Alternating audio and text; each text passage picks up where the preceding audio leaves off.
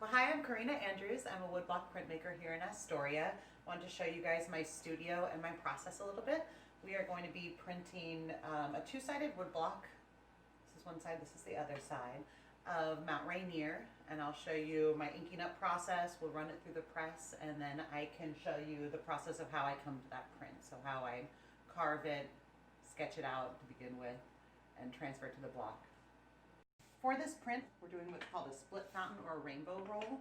So I've taken the two different colors that I've mixed here using Akua ink, which I like because it's a soy-based ink and it cleans up just with soap and water, so I don't need to use any toxic chemicals. And being pregnant over here, I don't want to expose myself to a lot of chemicals, so this stuff is great.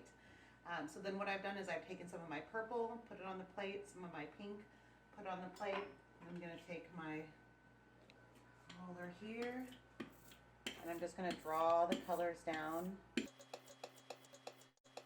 sure that it's evenly coated like I want it to. And then I'm going to take it over to the press over here. So we're going to put this guy in here.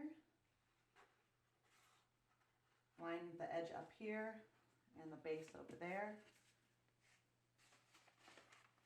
Put down my newsprint and then my pad. And then we are going to run it through the press.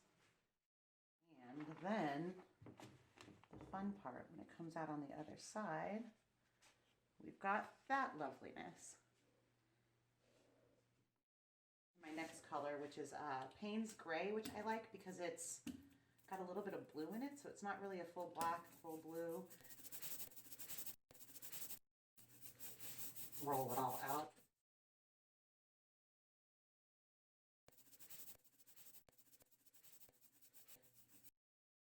Over back to the press.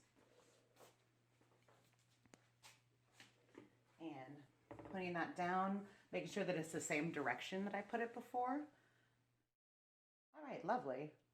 So it looks like it jumped a little bit because I can see a little bit of a space in between there, and I generally don't like to have that jump happen, but I can run it again.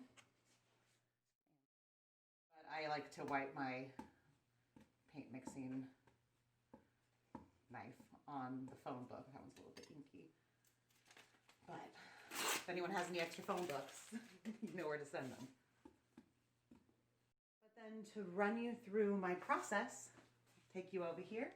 So this is my Mount Hood 7 Mountains print. And I started off by taking the boards that I was going to use and the size I was going to use. I traced those onto just some sketching paper.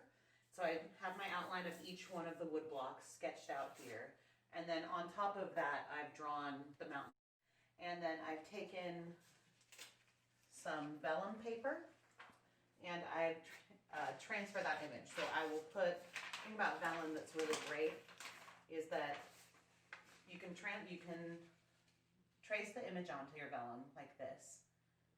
And then to get it to appear on the wood block when you print it in that same direction and not reversed, you flip the vellum over and it's see-through. So then I would trace all the images here from my sketch onto vellum, then I'll flip it over and I'll transfer it onto my wood block. And then I would take my carving tools here. And so my favorite ones are these teeny tiny little Japanese carving tools. So there is what is called a knife, which is kind of like a glorified X-Acto knife, basically. Very handy. So I'll use that to cut the edge of the image out. And then I've got some bullnose chisels. So a tiny little bullnose chisel, I think it's 2 millimeters, and then a 9 millimeter bullnose chisel. And I'll use that to carve away from the detailed parts. So for example, down in here, all these little detailed parts, I will take a knife, cut one direction, flip it around, so make a line, then cut the back the same way along that outline to create a little V channel. And then I will take, usually on this tiny one, is a small bullnose chisel, and carve away little by little around that V channel that I've just made. Or if it's bigger sections, the larger bullnose chisel.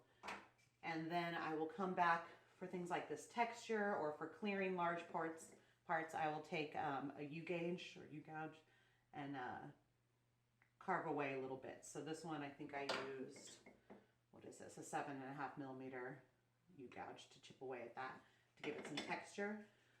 For example, on the other side that's mostly sky, I would do the same thing. So I've been doing woodblock printing for about 5 years.